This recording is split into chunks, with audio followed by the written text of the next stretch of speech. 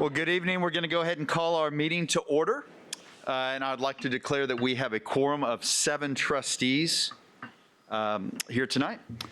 And I would like to read our welcome message. It's welcome to this meeting of the College Station Independent School District Board of Trustees. We were elected at large to represent the interest of our community and our state in educating our students. Our mission for our students in this district is success each life, each day, each hour. We adhere to all pertinent laws, policies, and procedures in posting agendas and conducting our meetings. The detailed agenda information was made available to us at least 72 hours in advance, and we have all come to this meeting informed and prepared. We have just completed a workshop meeting where we heard reports and discussed much of the information needed to make decisions in either this meeting or in upcoming meetings. This is a meeting of the 7 trustees in a public setting rather than a public meeting. As such, public comment is included on the agenda at a specific time and requires us to listen rather than take action so as to abide by the Open Meetings Act. We're pleased that you have taken time this evening to join us. We're proud of this school district, and we thank you for your interest in and support of our students. Thank you again for being here. Mr. Martindale. Thank you, Mr. Nugent. That moves us to item C1, and we'll begin our meeting, as we always do, with some of our students from different elementary schools assisting us with our pledge and our moment of silence. So we have students from 4 elementary schools tonight. So we're very excited to have so many of our young people joining us tonight. So I'm going to ask our principals from those campuses to come forward and introduce those students. We have Ms. Rohrbeck from Creekview, Ms. Cott from Forest Ridge, Ms. Richter from South Knoll, and Ms. Casper Teague from Spring Creek. Good evening, everybody. I am very happy to introduce to you one of our wonderful Golden Gators. This is Lance Berry. Lance is a 4th grader. He's been at Creekview for many years, and he loves science. That's his favorite subject. He is also a musician. He is taking guitar lessons at School of Rock, right? School of Rock. And he was the Kids Club Kid of the Week. So we're very happy that he's here to help us tonight.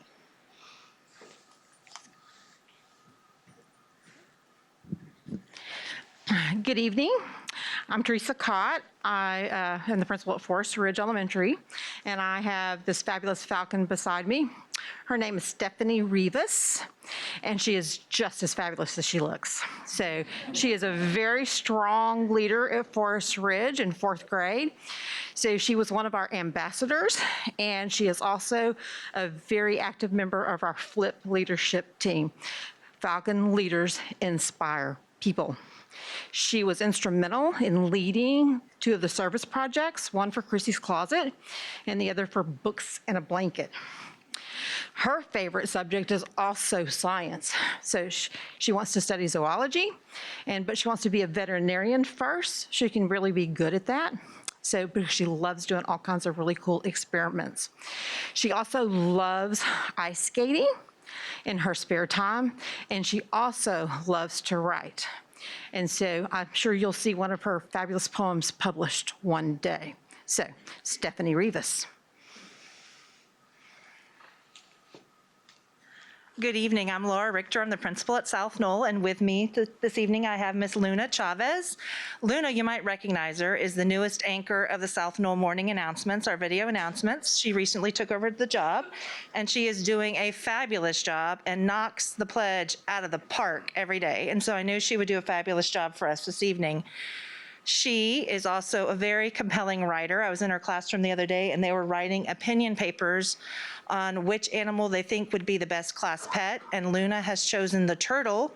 Her primary reason, or one of her compelling arguments, was that no one is allergic to turtles. So I expect her teacher will be incorporating a turtle into the class soon. So Luna is going to do a fabulous job for us tonight. We're excited to be here. Thank you. Good evening, everybody. I'm Laura Casper Teague, and I'm the principal at Spring Creek. And tonight, I'm joined by Sam Egie. And when I think of Sam, one word comes to mind: talented. He is super awesome. He's the youngest of 3 kids in his family. He's a dancer. He plays piano, And let me tell you, he's one of the smartest kids at Spring Creek, just top notch. This kid's going places. So we have Sam Iggy. Thank you.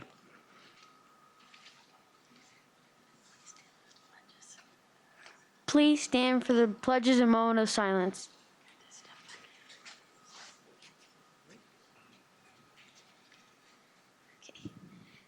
Salute.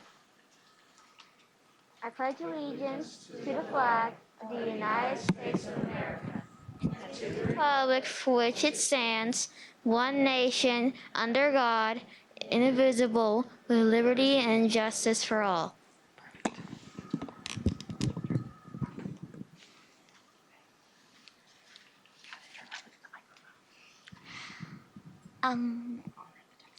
Honor the Texas flag. I pledge allegiance to thee, Texas, one state, under God, one and indivisible.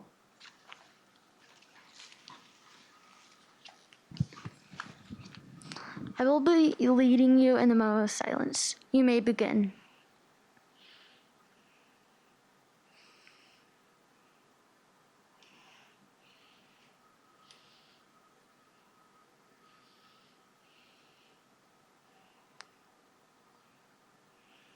Have a wonderful day.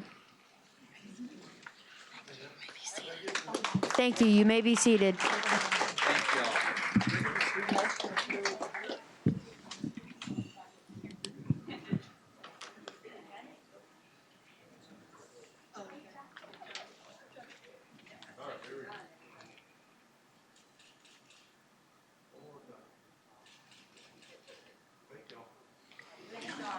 Another round of applause for our students. Wonderful job. Thank you. Amanda, go ahead and stay. Mr. Nugent, we'll move to item C2, employee recognition. I'll turn things over to Mr. Glanwickle for items C2 and C3. Again, employee recognition, and then we'll move to C3, and that is student recognition. So, Mr. Glanwickle? Thank you, Mr. Martindale, members of the board. It's my pleasure to be able to recognize some staff as well as some students this evening. Ms. Goodlett, do you guys want to come up, or would y'all rather stay out there? Well, y'all come on up. Y'all come on up, yeah.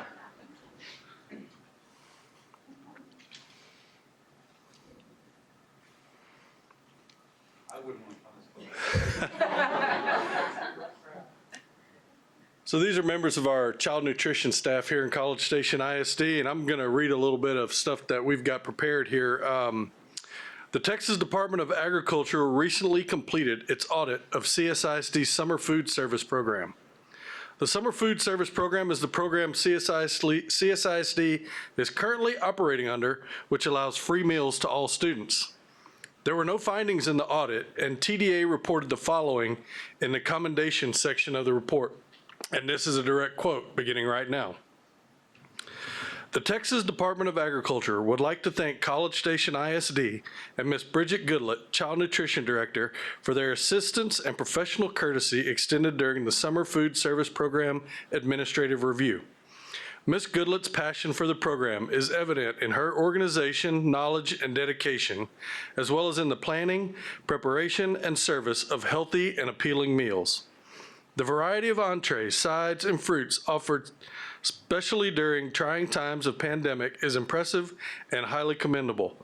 It requires exceptional attention to detail and leadership skills. The child nutrition staff did an excellent job at College Hills Elementary School, Southwood Valley Elementary School, and Oakwood Intermediate School, serving the students and working together as a team.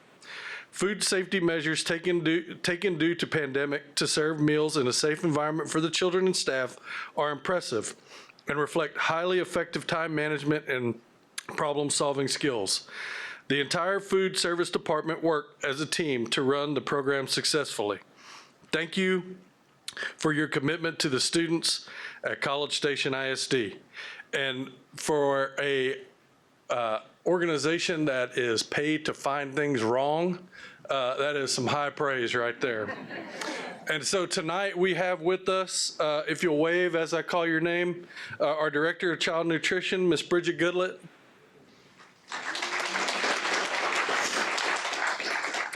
The Assistant Director, Placida Moran.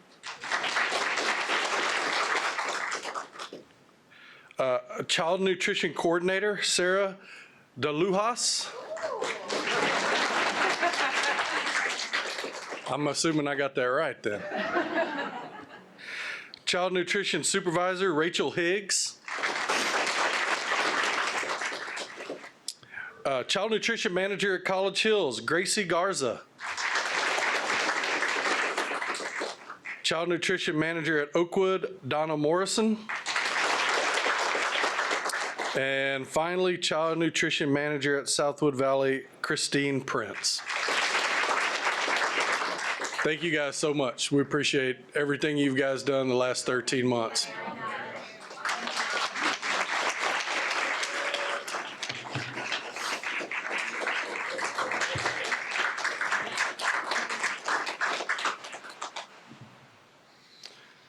All right, now we'll move into the student recognition portion of the evening.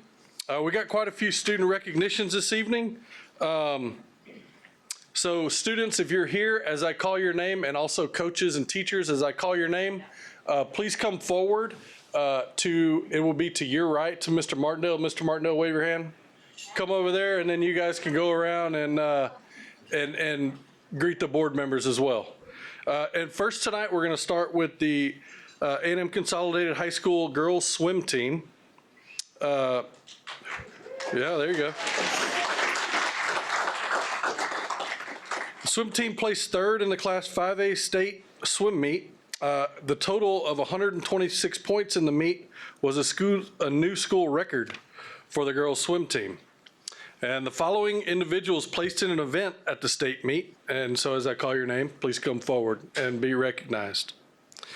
Second place in the 200-yard medley relay, Sam Poole.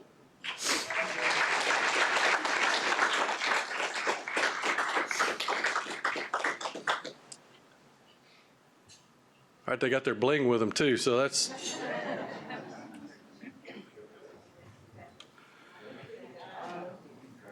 First place in the 400-yard freestyle, Brett Hyman, freestyle relay.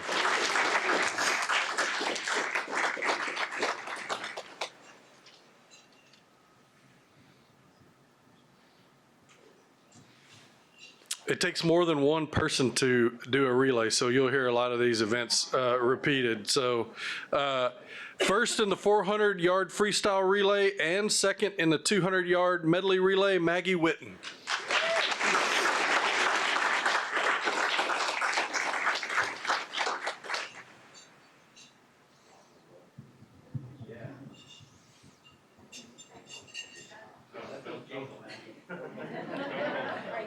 All right, first in the 400-yard freestyle relay, second in the 200-yard medley relay, and seventh in the 50-yard freestyle, Claire Riley.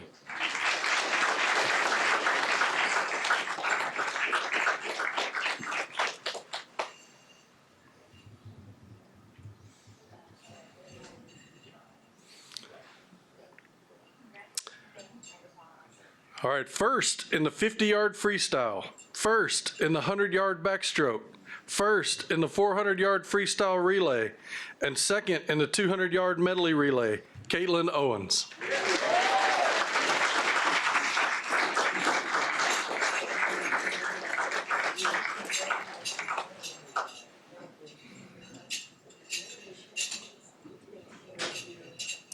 I'm not sure if the next person made it this evening. I think she had something to attend to.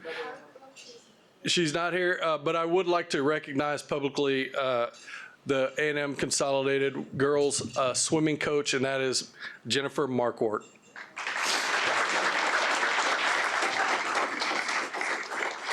If parents would like to come up and take pictures, you can do that, or yeah, don't be shy.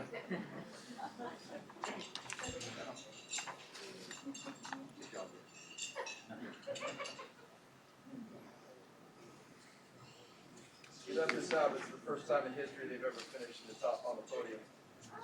That's all I ask. So, pretty awesome.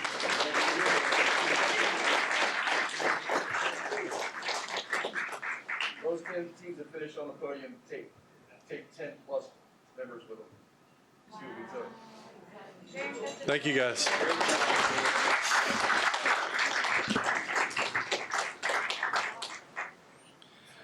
Next, we're going to recognize some of our high school students who recently placed in the Austin Energy Regional Science Fair.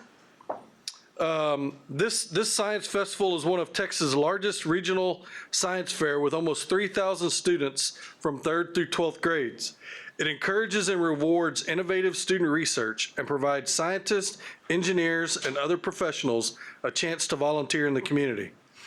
Winning division projects advance to the Texas Science and Engineering Fair, and Best of Fair Senior Division projects advance directly to the Regeneron International Science and Engineering Fair. The following individuals placed at the event. As I call your name, please come forward and be recognized.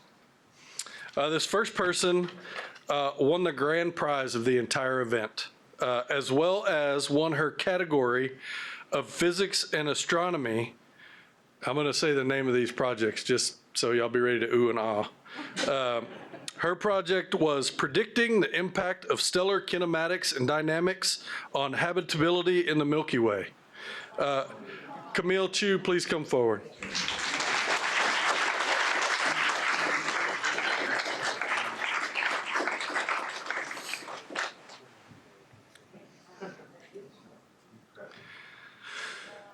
This next student won the material science category with her project, A Structural and Material Analysis of a Probable Lunar Station. Valeria Svetkova.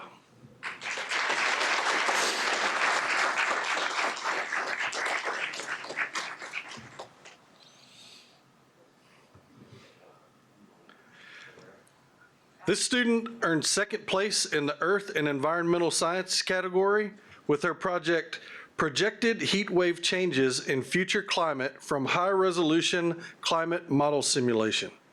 Sophia Wu.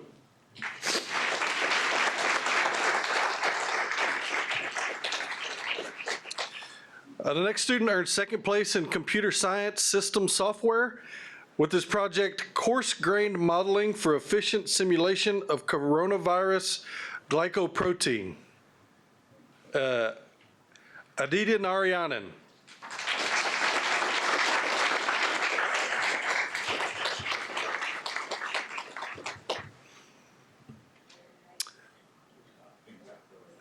The last student earned third place in the Biomedical and Health Sciences category with his project, A Hope for COVID-19.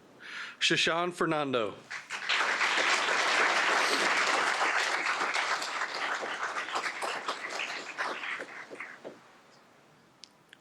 We're also, I believe, fortunate to have their coaches and teachers here tonight, Casey Aiken and Michelle Jedlicka. Come on up, guys. What? I don't know.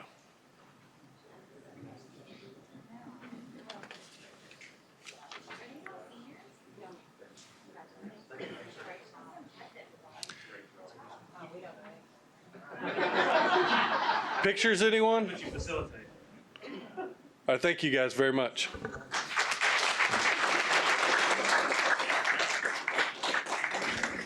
And our final recognition this evening is for College Station High School sophomore Elizabeth Stewart, who was recently named one of 7 nationwide winners of the New York Times Personal Narrative Contest.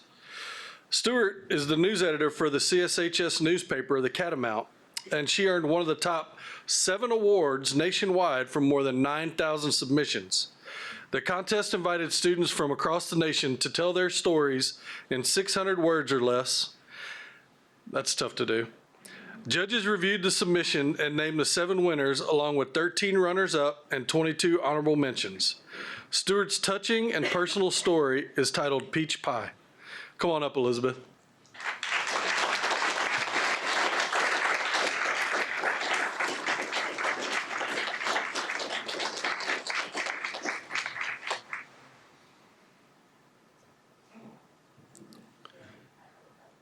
And joining Elizabeth this evening is her journalism teacher, Dr. Courtney Wellman.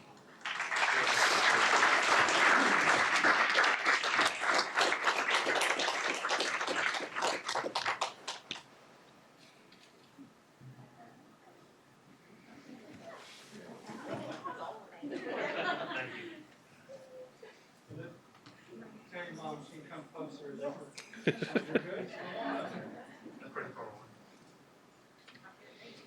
Mr. Martinell, that concludes our recognitions for this evening.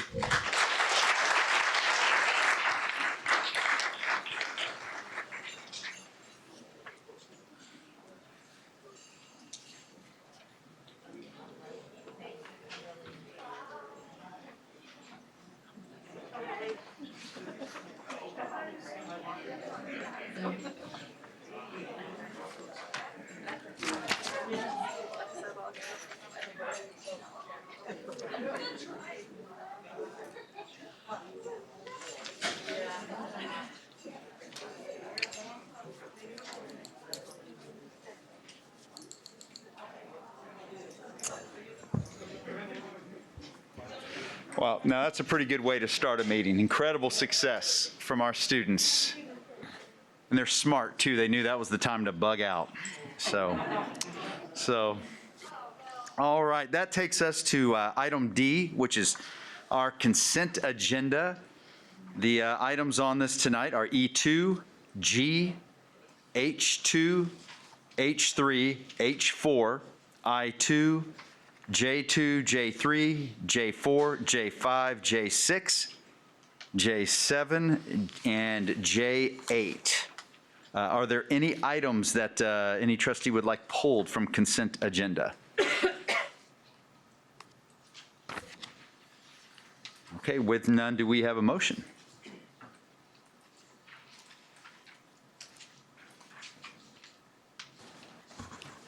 I'll motion to approve the consent agenda as presented. All right, we have a motion and a second. All in favor, say aye. Aye. Aye. All opposed? All right, the motion passes 7-0. Takes us to item E1, board reports and announcements. Does anyone have any reports from committees or meetings? I'll do DEIC. We've had two meetings since our last board meeting. We had one March 10th and then April 14th. I don't want to go back in time. The March 10th one, we had a superintendent update. Ms. Perry gave an update about TIA to the committee, and then the majority of the time was spent on program reports for instructional technology, math, science, social studies, and reading. And then April 14th, Ms. Perry did a great job doing superintendent update. She was a little faster than some. Yeah. That is fantastic. I have but one question, Mr. Hall. Yes, sir. She explained to the group why I wasn't in attendance. She did. She said you were meeting with Dr. Carl Mooney, The mayor. the mayor. Okay. See, but I mean, Name dropping. you just, I just yeah, I want mean, it he on had to get record. that in there. But I didn't think that was germane. You just weren't there, and Miss Perry did a fabulous job.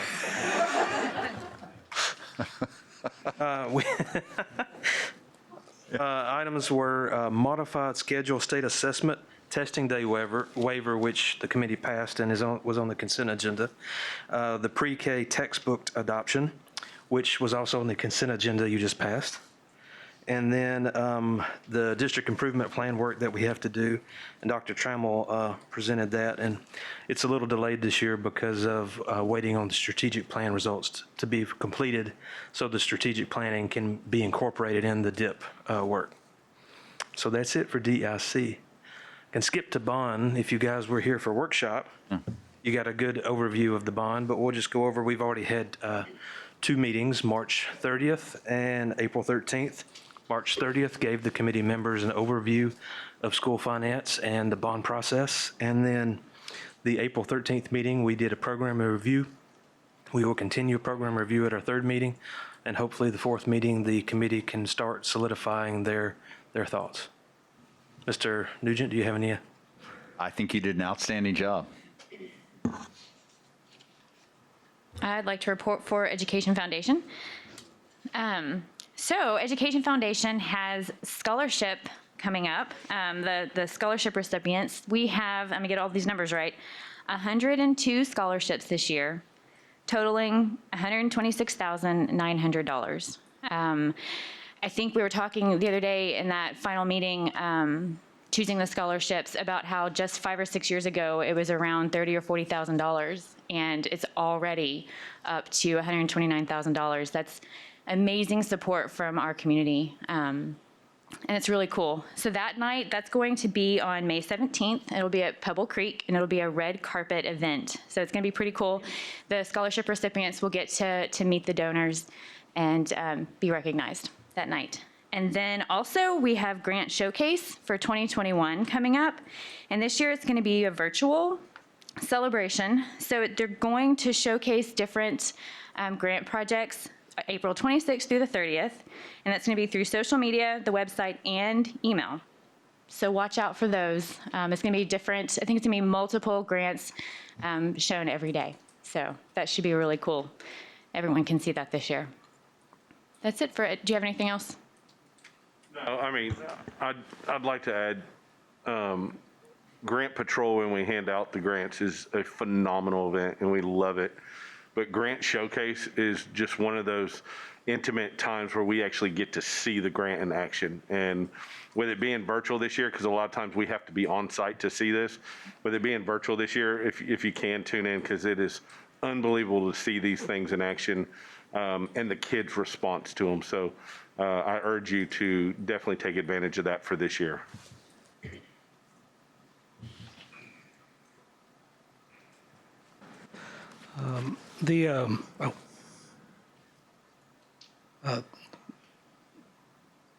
Personnel Advisory Committee met and started out with Mr. Martindale was there, and He likes you more. he gave the committee an update on the latest COVID numbers, as well as mitigation and response protocol. And also some good news, in the sense that we are in the process of returning, like in elementary schools, for some extracurricular activities such as field trips and so forth. Also gave an update on the strategic design team, and some more good news in 2021, that graduation and prom dates have been set for all 3 high schools, and that the employee awards ceremony is, we're planning on an in-person event, and that'll be next month, of course. Then we got into employee concerns. The topic, and it's a continuing topic, is retention and teacher compensation, and we got an update there as far as the current status of the number of teachers coming in out of the colleges, as well as the turnover rate that we have in College Station ISD, which is historically lower than the state turnover rate. One of the issues that has continued to be a continuing discussion with the PAC is the idea of a pre-K for district employees' children, and that is continuing to be on the table, and will be discussed again next year. Reading academies were discussed, as well as we talked about the policy when it comes to comp days and bad weather days for non-exempt hourly employees and exempt employees and so forth. And so there was a good discussion about what was the policy there. And the next meeting is May 6th. And I just get to be really quickly and say we had a Health Advisory Council meeting back in, I think, the 3rd week of March, but I don't get to share anything because our parent leader will do that. Tracy will be presenting to us later, so I'll let her tell you all about it. Okay, and I was at the Head Start Policy Council virtual meeting, and it's just such a great group. Such a great group. And again, the biggest thing that was talked about there was the adoption of a new curriculum, and which I think also is going to be mentioned tonight. So I will let you do that later. So this will be an abbreviated report because it's part of our agenda later on. Are there any others? I'm sorry?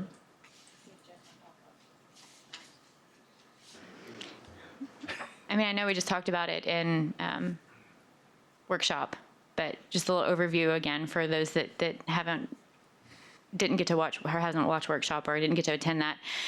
We went through everything that's gone on between the summit and the surveys and then the focus groups.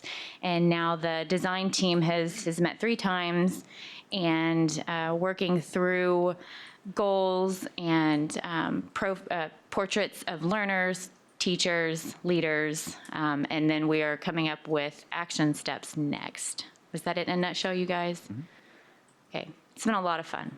I highly recommend anyone that's interested in learning more about that to watch the beginning of the workshop, because that was the first thing discussed. All right, thank you. And that'll take us to our superintendent's report, which thankfully he's here. I don't know. He started. I'm at a loss of words now. I just feel the love in the room right now. No, there's not a lot left to be said at this point, and I'm kind of afraid to say much. COVID update, our numbers as of today, 26 active in the school district, that's 6 staff and 20 students. 89% of our students are receiving instruction on site. That equates to 12,245 students. 11% are receiving virtual instruction. That is 1,531. And we had our board meeting early last month due to spring break. Since then, are reporting back. Of course, district employees became eligible for a vaccine. So at this point in time, while I can't give you specifics as to how many vaccinations have been administered, how many employees have received the vaccination, I can tell you with confidence that any that wanted it, it has been made available to them. Obviously, there are some things going on in Austin, a legislative update. The 2 that we're keeping an eye on is House Bill 3445. That is in relation to how much fund balance school districts are allowed to carry. The number in that is 120 operational days. So we're watching that. We're opposed to any limitations or defined restrictions on the amount of fund balance that school districts can carry. And I've communicated that out to our elected officials. Also, House Bill 1525 is really a cleanup on some provisions associated with House Bill 3 from their last legislative session. So those are the big ones that we're watching and communicating out on at this point in time. Of course, at workshop on our budget update, Ms. Strauss, our CFO, touched on ESSER 2 and 3 funds. Those are the federal stimulus funds that have been distributed to the states that are intended for public education for K through 12. We're waiting to see exactly the state's decision on how those funds are administered, whether they supplant designated state funds or supplement. So we're watching that a tremendous amount as well. We've touched on our strategic design work here in the updates as well as the board workshop. That's going well, and as I mentioned in workshop, you know, we are very fortunate. I think we need to be reminded of this, that we're getting to spend time and energy and have conversation on the important stuff. And those conversations which are occurring, I absolutely believe will lay the foundation. We already have an exceptional school district, but those pressing conversations, candid conversations that reflect the priorities of our stakeholders is what will lead us into the future and help us excel even greater as a district. You've had an update from the bond committee as well. Had 2 meetings thus far. The third one will be next Tuesday. Teacher incentive allotment. I know Ms. Perry has given updates to DEIC and PAC as well, but we submitted our teacher incentive allotment application to TEA. And that information also, our employees can find a comprehensive link on our website under CSISD Human Resources that gives them a lot of information regarding our teacher incentive allotment plan that we submitted to TEA. Mr. Mann touched on this, graduation dates and prom dates.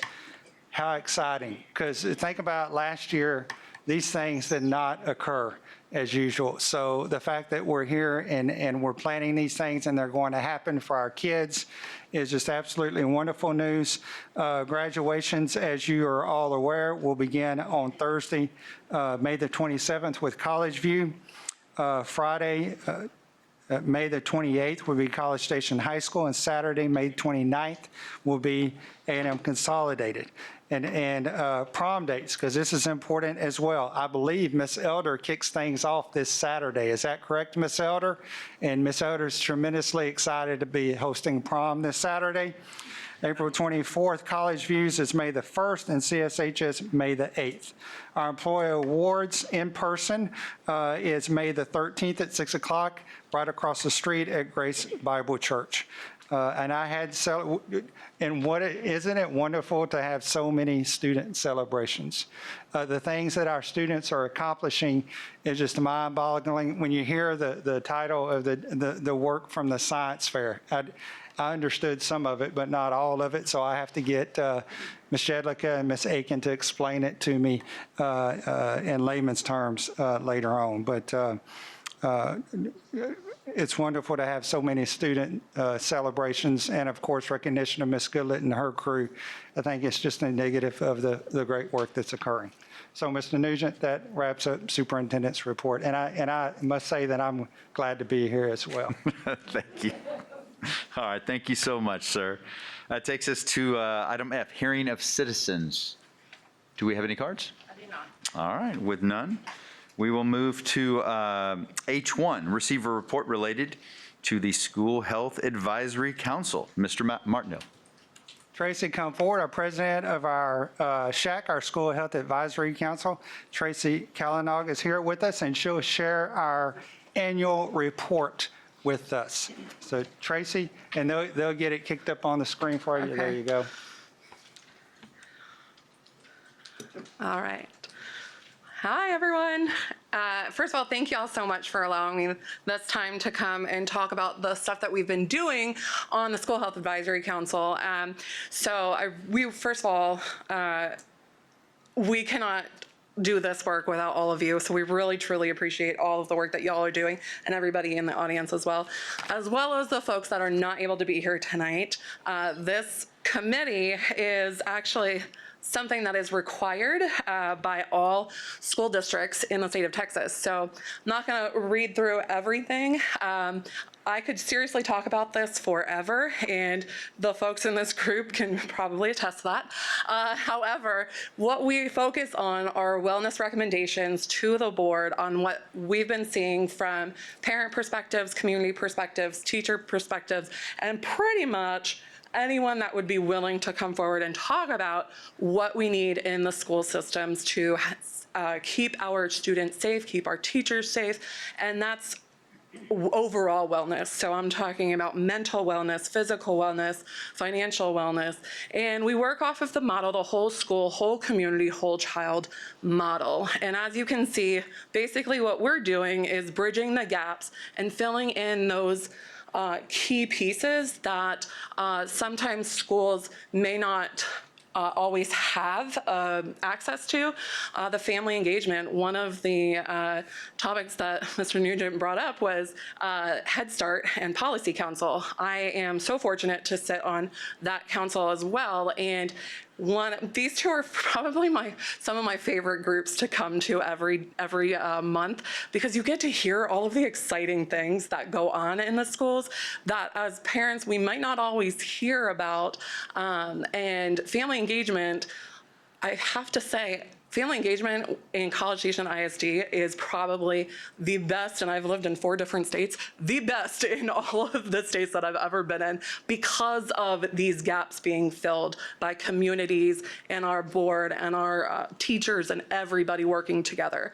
So some of the things that we have focused on in the past, you will see kind of looks a little bit repetitive, and the reason for that is as the times change, we might be bringing up mental health at several points in different years, but the focus with mental health is going to look very different.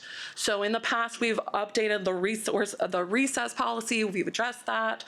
We've talked about health curriculums, the electronic device policies, and then, of course, last year took a little bit different impact with our recommendations. So this year's recommendations are going to look pretty similar to what you saw last year, only because we didn't really get a chance to work on a whole lot of them. Our focus was kind of shifted somewhere else, which also plays a role in the SHAC Council because it does impact our overall wellness. So the first thing that we're going to kind of focus on, these are the overall recommendations that that SHAC has kind of come to. And I will say, we have worked through so many different areas and we've narrowed it down to these key pieces. And like I said, this is from input from teachers, board members, parents, I mean, so many different areas. So the first one that I'm going to talk about, safety of students. So one of the biggest things that we're all here for are students. So we want to make sure, again, that we're looking at this as a whole model. Again, mental health, physical health, all of it combined together led us to overall safety, looking at suicide prevention initiatives, looking at electronic device usage, looking at e-cigarettes, tobacco, and vaping, and then human trafficking. So in my day job, I'm actually the executive director for the Trafficking and Exploitation Action Network. So I could spend a lot of time on human trafficking and why that's a really, really big concern, especially right now. However, I have to divide my time up. So one of the other things that has come up, the suicide prevention initiatives. Mr. Martindale mentioned some legislation that's going through right now. One of the legislative actions that's actually hopefully being passed is including the suicide hotline number on student IDs. And that would be something that would tie in with our safety of students that we've been kind of discussing. And then the other part that is kind of going through legislation right now is related to the mental health side. So mental health first aid, they're looking at, we know that it's already kind of been passed through, and mental health first aid is available for free, no cost to all folks associated with education, whether it's students, teachers, administrators, anyone associated with the education realm, totally free. So what they're looking at, what they've already done, another side thing that I do. I'm also on the board of directors for NAMI, the National Alliance on Mental Illness of Brazos Valley, and one of the items that we've worked on has been incorporating a teen version of mental health first aid, which they have officially made and will be rolling out, which is also including a lot of this into it. Electronic device use, we've also talked about relating to cyberbullying. That's a lot of stuff that we've talked about has related to cyberbullying, bullying in general, and then also when the kids are using them, what they're using, what are they using them for? And then the e-cigarettes, tobacco, and vaping. I'm going to say, if you have not seen a presentation from the Brazos County Health District, please look them up, ask for their presentation on e-cigarettes, tobacco, and vaping. It is so, it's scary as a parent to see some of these things that are coming through, and they're coming through the schools, and it's real and it's happening. So this is something that we've felt very strongly about needs to be included. Middle school athlete safety, this is one of the items that has been on there in the past. We have added three trainers to the middle school. However, right now what we're looking at recommending is full-time equitable athletic trainers across genders, across schools, equality across the board, I should say. Some of the things that have come up were scheduling conflicts, going from school to school, the part-time, the availability, dual employments, and other commitments. So we've talked about kind of ways to look at incorporating that into the plan. And so we do have some letters of support that were included in your packet before that. So then the health class options, as you can see, there's a lot of stuff going on in the health industry right now, as my previous slide showed. So we really feel a very strong passion to bring these health classes back, like TEACS is recommending as well, but kind of looking at the different approaches to delivering these health classes, when they're going to be held, what we're going to address, how are they going to be delved out. One of the I will highlight this, additional health educators in kindergarten through 8th grades, that would truly bridge the gap between the schools, the students, and the parents and guardians as those health educators. That is their primary role and responsibility. And of course, increasing communication efforts. Like I said, we really appreciate you all taking the time to hear our recommendations, but one of the things that we definitely have seen over the course of the last year is the communication efforts ramped up with everything with COVID related. So now what we are recommending are some different techniques to increase communication, getting more involved with the PTO, getting some more community involvement, getting some of those agencies into the schools that do offer free services, and kind of implementing those. And in your packets, Mr. Mann has been absolutely amazing with giving some of those key data, facts and figures, what CSISD has done and what has kind of come out of those previous recommendations. So like I said, I can go on forever talking about this stuff, but do you guys have any questions about anything? And Tracy, let me mention to the board, the packet that Tracy's referencing was a part of your transmittal on Friday, just for reference for later if you, it's where that information is located.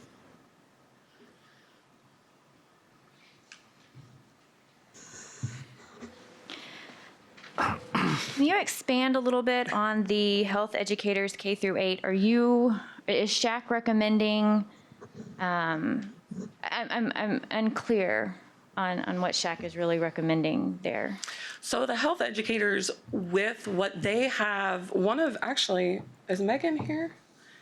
She's not here. So actually it came out of one of our policy council members. Basically, health educators have a different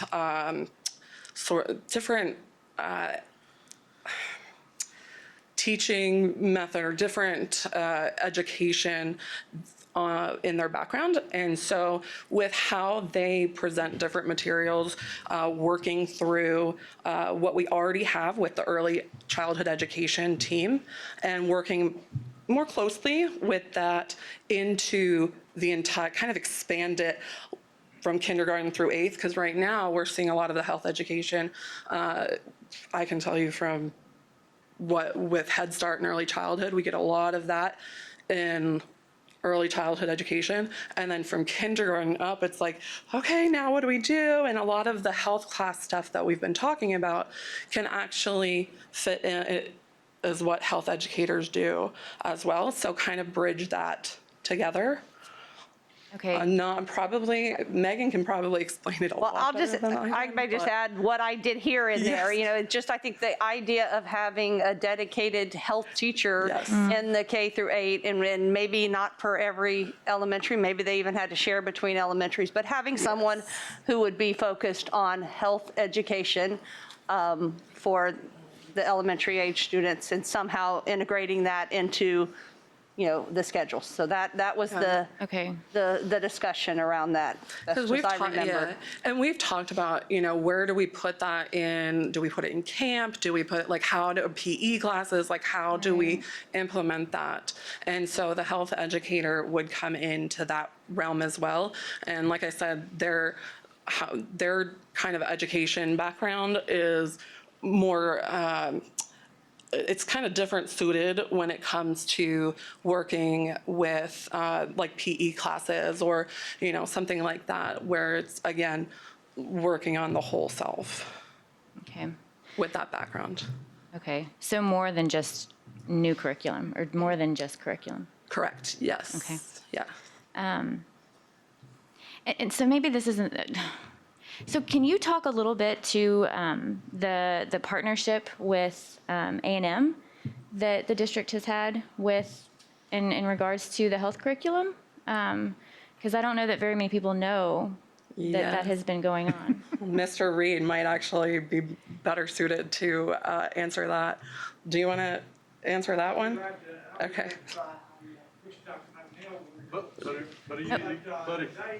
Microphone.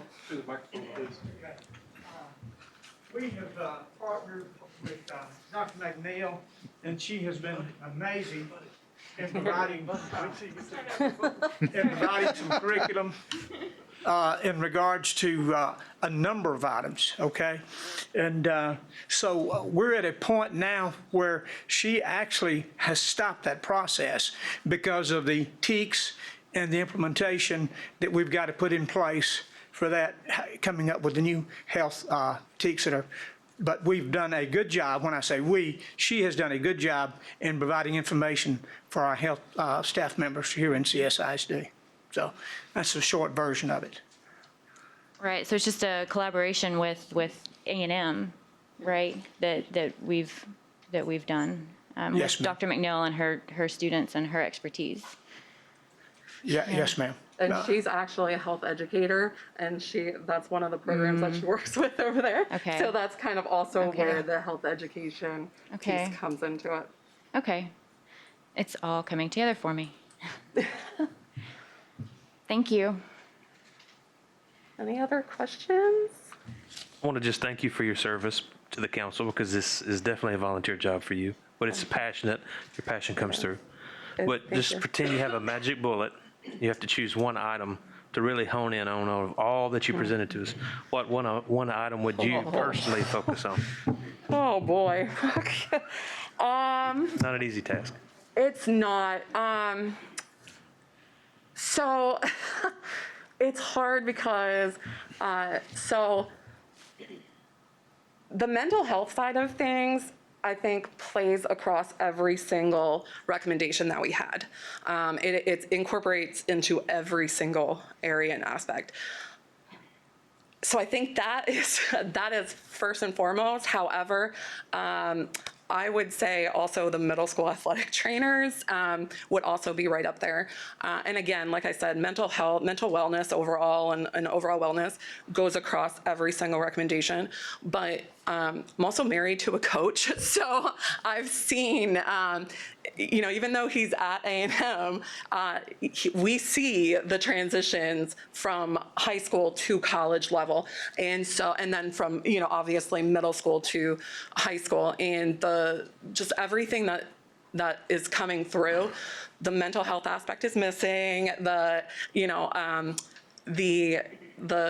communication aspect, the nutrition aspect, a lot of that, the head injuries, all of that, we're missing a key integral part of our middle school students. And so with that being said, like I said, mental health would probably be first, followed by the trainers.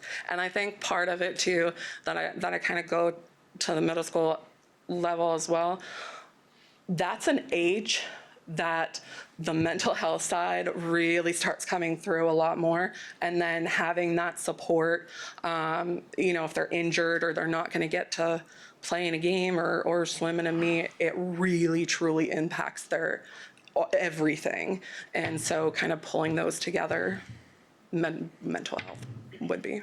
It's probably not the best answer to that question. No, thank you so much. But it does. I asked you a very difficult question. Thank you. Yes. Yes. So, Tracy, first of all, thank you again for your service on the committee and everybody on the committee.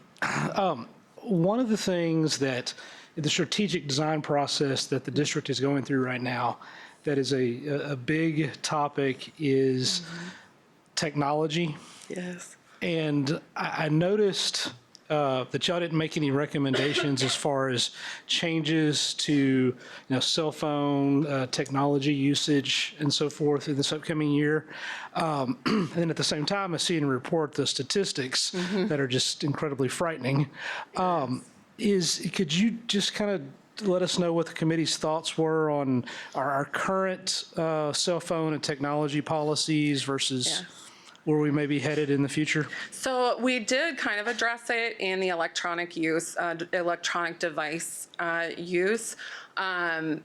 One of the things that we've been discussing is how much are the kids in front of a screen, whether it be a tiny one that's in front of you that is a computer itself, in front of the computer screen. We know that as much as we would love to pull data, it's going to be so skewed from COVID and everybody being in front of the computer, and just technology kind of skyrocketing high. But I think one of the key things that we would have to kind of go back into, and what we've talked about as well, is what are the kids going to be using it for? So when are they allowed to pull out when are they allowed to have their phones at school? What are they using them for? So some of them are using them for Schoology or a project or something like that.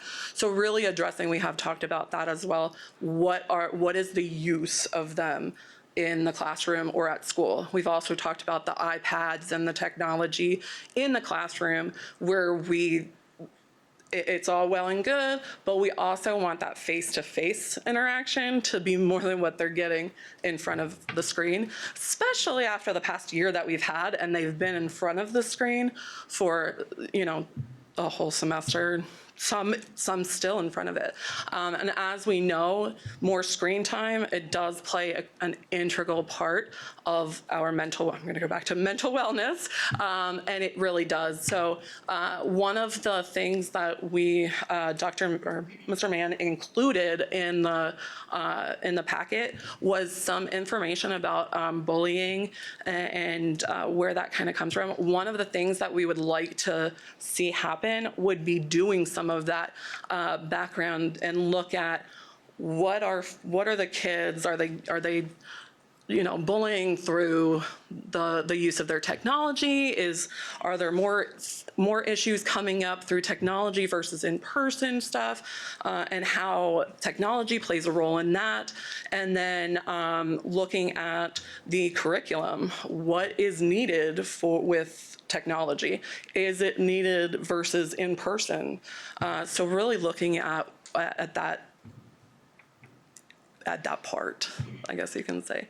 Did that answer your question a little bit? We've kind of talked about it a lot, but like I said, the past year it's been very different. So trust me, that's been a big topic of conversation, though. So it has, and I just add that I think you're thinking of exactly right. I mean, we're being on both of those committees. We're talked about it in CHAC, and we've also talked about it in strategic design, about how when we talk about technology, it's not just buying people more devices. It's really how can we utilize those devices to assist and supplement education, but not, and how can we do it in a way that is, meaningful and safe for our children and healthy for our children. Exactly. I mean, and some of this was in the report, but I think with the devices, the general discussion was what was kind of the rules that were put in place a few years ago are good, but we are asking our kids, a lot of those rules said, they can use devices at the teacher's discretion for educational time, and then so the question becomes: is there too much of that? One, and then also the point that if they have their own devices in their hands for educational devices or purposes, are they doing other things with those devices? And of course they are. So I mean, so it's I don't think we necessarily in SHAC came up with answers. We identified it as an issue, I think, more. And I will say that one of the things that we have talked about in all of the recommendations is the consistency across the district. So if this is a recommendation, you would put something through for all of the middle schools, then it would go through all of the middle schools in the district, and having them kind of consistent across the board. I think I would just, ask if that's, as far as actual recommendations, if there's any needed changes, if y'all could look at that in the future. Because that's, obviously a big issue. Yes, and it is very similar to like what we've experienced with fidget spinners and like that whole realm of fidget stuff. Like if our kids need to have that, what is a way to have it safely and not be disruptive in classes and all of that kind of stuff? What is it being used for? That type of thing. Is it for somebody's progress in school, their mental health or resource? Or is it to play around with, or, because everybody else has it type thing? Very similar with technology. What is it being used for? Is it needed with resource? Is it being used for school purposes, or are they Snapchatting or Facebooking or anything like that versus what they're supposed to be doing? So it is definitely on the continue to evaluate realm. Any other questions? Thank you, Tracy. No problem. Thank you. Well, just thank you in general for being such an advocate for health for all of our kids. I mean, we have some really passionate people in that room, and it's very great to see you thinking about all our kids and working for our students. And by the way, it's a few really passionate parents, but it's also some really passionate staff. Yes. Throughout our district and some community members as well. And I do think one of the things we talked about, and maybe this is something we need to talk a little bit more about, is there are a lot of ideas that come out of there. How do we pare those down into something that we as a board may need to take action on? So I think maybe we need to figure out on that list what's important to us and think about that. And I think that's where the data that Mr. Mann kind of put together, and that we want to continue putting together and seeing what has worked, what hasn't, what the effect has been, will also help you all in deciding what recommendations to put forward. And Buddy and I did not do this by ourselves. This has been a dedicated group of people that I absolutely, like I said, I absolutely love working with every single month. And I just get the privilege of being the spokesperson for them. So thank you all so very much for what you do. So. No, thank you. Thank you so much, Tracy. Thank you, Tracy. Thanks for letting us pick your brain. Oh, anytime. And there's no action, correct, Mr. Martineau? We're just receiving the report? Okay. Well, thank you once again. That is going to take us to item I1, consider approval of new administrator contracts. Piper Cameron, Principal, Cypress Grove Intermediate, and Michael Heath, Principal of College View High School. Mr. Martindale. Well, the last part of the recommendation and hiring process is for each of them to provide us a 10-minute overview of their... See, Piper knows I'm joking. Dr. Heath might not, so it's okay. Just kidding. Yes, sir. Both of these recommendations for the board's consideration tonight. Just a little bit about the process on both of these positions. The principalship at both College View High School and Cypress Grove Intermediate. The process we used for their selection and ultimately the recommendation, your consideration this evening, is we began the process, really we utilized campus teacher leadership team to help screen through the applicants and par down the number of applicants to interviews. And so the teacher leadership team at both of those respective campuses were part of that process and helping administration identify candidates to invite for interview. We have first round interviews. Those are held at central office. They're by central office administrators. And we had two principal representatives sit in on that committee as well. That committee's charge was to take the 5 to 6 candidates, narrow that down to 3, of which there were second interview with myself, Ms. Parkerson, and Ms. Perry and Dr. Trammell. And from those resulting are the recommendations you have before you. Dr. Heath, well, I'm sorry, I guess it will officially be Dr. Heath next month. But Mr. Heath has completed all his coursework, will receive his doctorate next month. And Dr. Heath will be coming to us from Leander ISD at Vandergrift High School, where he currently serves as an assistant principal and has since 2016. Prior to that, Mike was a teacher or coach at Vandergrift, as well as the department chair for the science department. So we would be very excited to make Mike a part of our team and becoming the principal at College View. As I had conversations and I called and checked his references, one of which was Dr.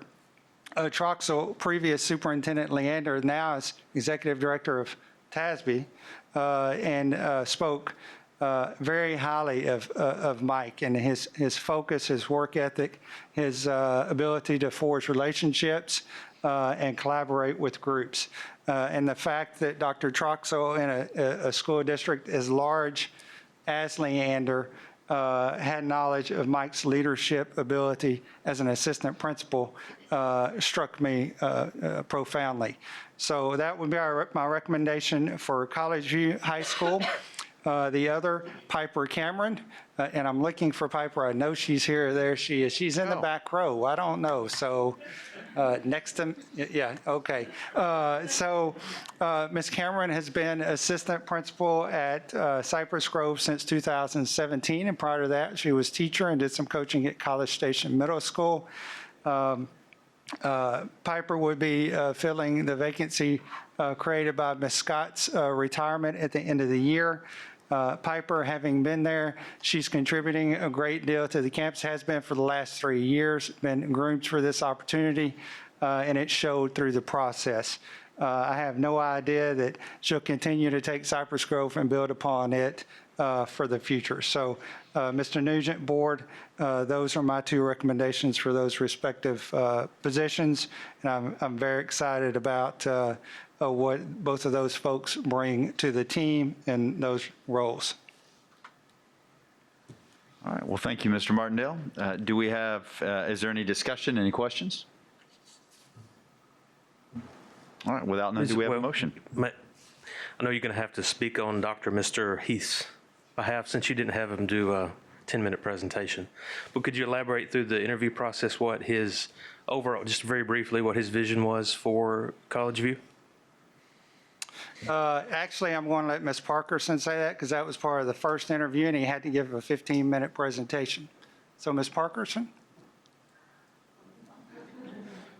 Well played. Yes, you have to go to the microphone. Sorry. So as Mr. Martindale noted, part of our process for the first round was for each candidate to prepare a 15-minute presentation regarding their vision for College View. And Mr. Heath was charismatic and firmly established from the beginning that the true vision would need to have the voices of a lot more stakeholders than just him, which I think is an important piece of it. And so I look forward to working with him as we move forward to engage more voices in that process. But really looking at the needs of the district, he did a great amount of research into what opportunities for community partnerships we have, making contacts throughout the community already with places such as Rellis and so forth. And so really looking at both a college and career readiness lens of what we can do to expand our programs and get more kiddos in the magnificent facilities and whatnot that we already have there. Something, Mr. Hall, that struck me in my conversations the second round were I knew the conversations of the strategic design team, and one of those particular items or goals is partnerships with entities in the community. That's a theme that's emerging. And the fact that Mr. Heath is coming from the outside and had done as much research as he had and projected the idea of a partnership with Relish and College View and what opportunities they could create for the students was something that kind of struck me as far as his preparedness and his work and his vision as to what could be. Excellent. Thank you both. But an actual presentation was a part of the first interview. So, yeah. I'd like to move approval of the new administrator contract for Piper Cameron for principal at Cypress Grove Intermediate and Michael Heath for principal at College View High School. Second. All right, we have a motion and a second. All in favor, say aye. Aye. All opposed? All right, motion passes 7-0. Mr. Welcome Heath, aboard. welcome. And congratulations, Ms. Cameron. Mr. Heath, will you please stand so the folks, and introduce your wife, please? I know she's here with you. Yes, you can take your mask off so everybody can hear you. So, Mike Heath, this is my lovely wife, Stephanie. We made the trip with me tonight. Hopefully this trip won't be much longer. Sell the house, the market's hot. Welcome, Mike. Would she like to hear your 15-minute presentation? Okay. You heard it, probably. Okay. All right. And yes, Piper, yeah, that's what you get for the back row, Piper. Okay. That will take us to J1 under business. Consider the contract award for Category 2 network equipment to Layer 3 Communications utilizing DIR Purchasing Cooperative Contract DIR-TSO-4231 in the amount not to exceed $738,117.32, pending E-rate reimbursement approval from the 2021-2022 General Fund. Mr. Martindale. Yes, sir. I'm going to turn it over to Ms. Strauss. However, I will touch on this. Approval, part of the E-rate process, and I know Amy's going to speak to this in greater detail, is approve a purchase. You have to have the purchase identified to submit the E-rate reimbursement request, which could account for up to 60% of the cost you see before you. So with additional information, our CFO, Amy Drotz. Thank you, Mr. Martindale. So College Station ISD participates in the E-rate program. What that program does is it provides discounts to those entities that participate for telecommunications services, internet access, broadband, and all of the internal connections and network equipment that goes along with that. So we're all enjoying wireless here tonight, but it doesn't just happen. So it's in order to get all that telecommunications to occur. The discounts range from anywhere from 20% to 90%. College Station's ISD's discount is set at approximately 60%. So we have that discounted rate.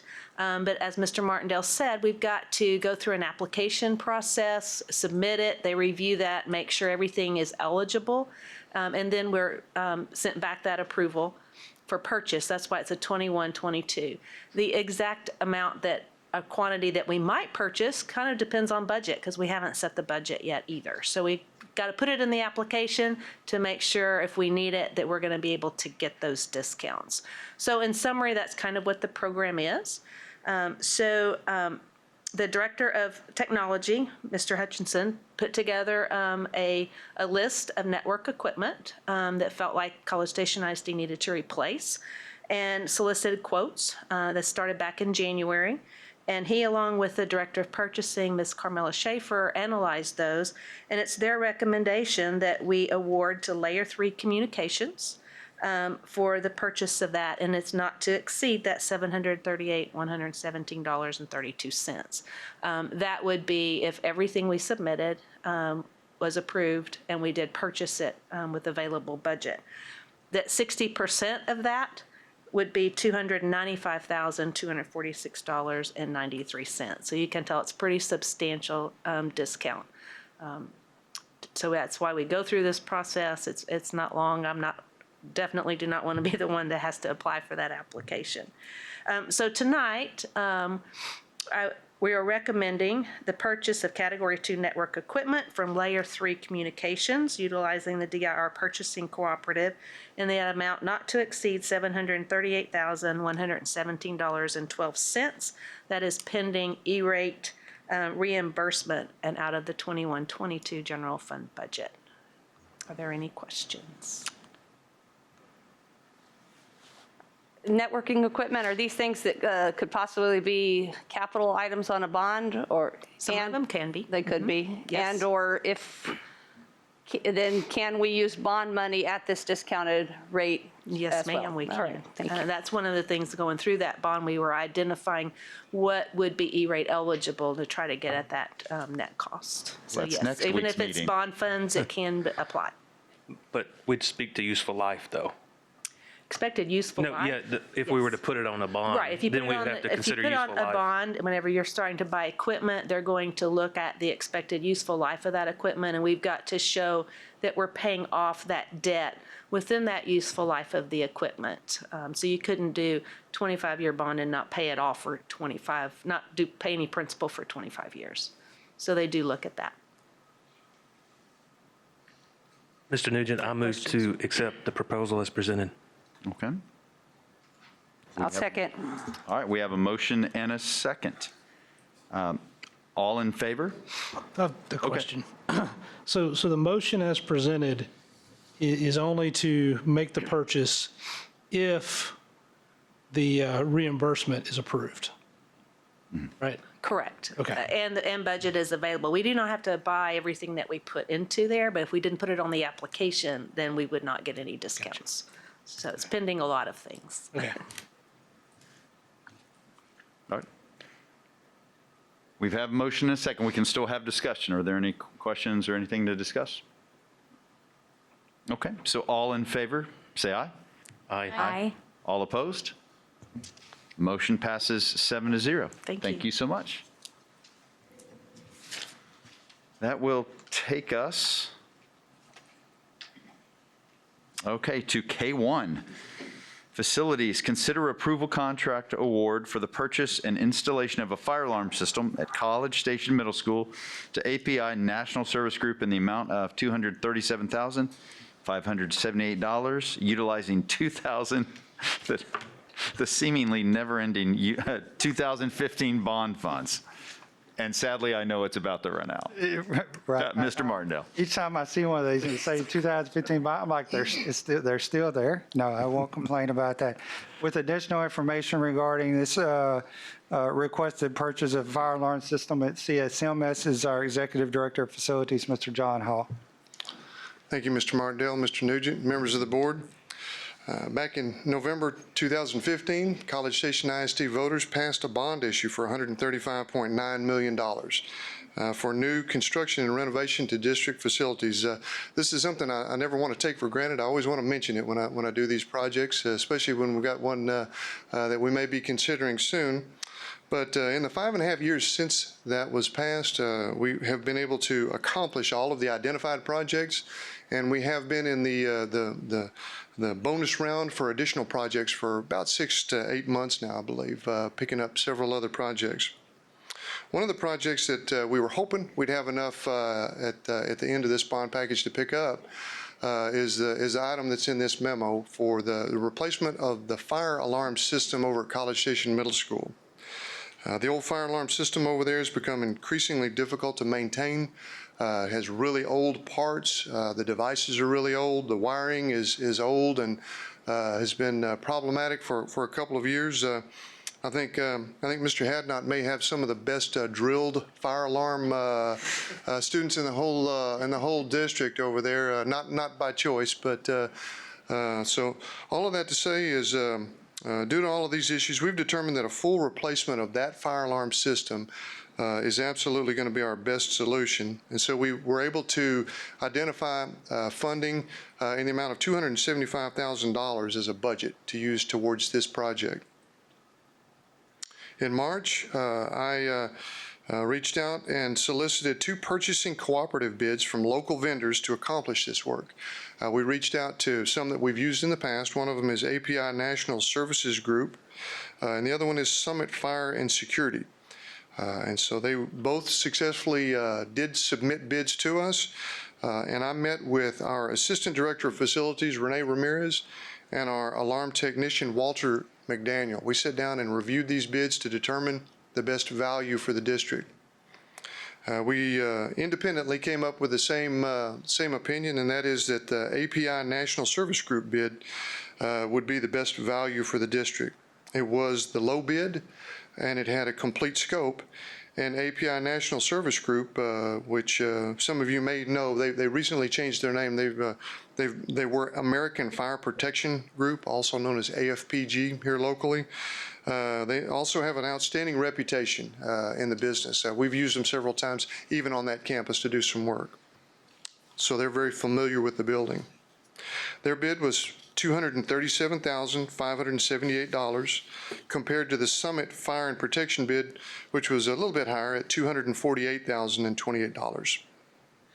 The API National Service Group bid is $37,422 below our established budget, allowing us to use these savings for additional projects in the future. So we might be sneaking in a few more yet. So this work would be accomplished over the summer of 2021 with the intent, of course, to have everything operational at CSMS prior to school starting.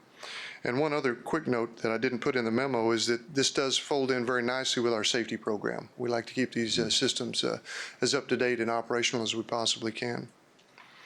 So it is recommended that the College Station Independent School District Board of Trustees approve a contract award to API National Service Group under Purchasing Cooperative Contract 18-7278 for the purchase and installation of a fire alarm system replacement for College Station Middle School utilizing 2015 bond funds. And with that, I'd love to answer any questions you may have. Just curious more than anything, and I'm embarrassed that I don't remember this, was this brought up in the safety audit? This was not brought up in the safety audit. They asked Just a lot of curious. questions, but they had no idea of the age or problems in any of the fire alarm systems. I would just say, I think this sounds like a level 1 need to me, fire alarm system. So I move that we approve the contract for a new fire alarm system at College Station Middle School as presented. I'll second. All right, we have a motion and a second. All in favor, say aye. Aye. All opposed? Motion passes 7-0. Mr. Hall, thank you as always. Thank you. All right, that's going to take us to L1, executive session. The board will meet in executive session to deliberate the appointment, employment, evaluation, reassignment, duties, discipline, or dismissal of a public officer or employee. The executive session deliberations will be held pursuant to the personnel matters closed meeting exception to the Texas Open Meetings Act as set forth in Section 551.074 of the Texas Government Code. So we will retire for a few minutes, and we will return and see all of your smiling faces under your mask. Thank you so much.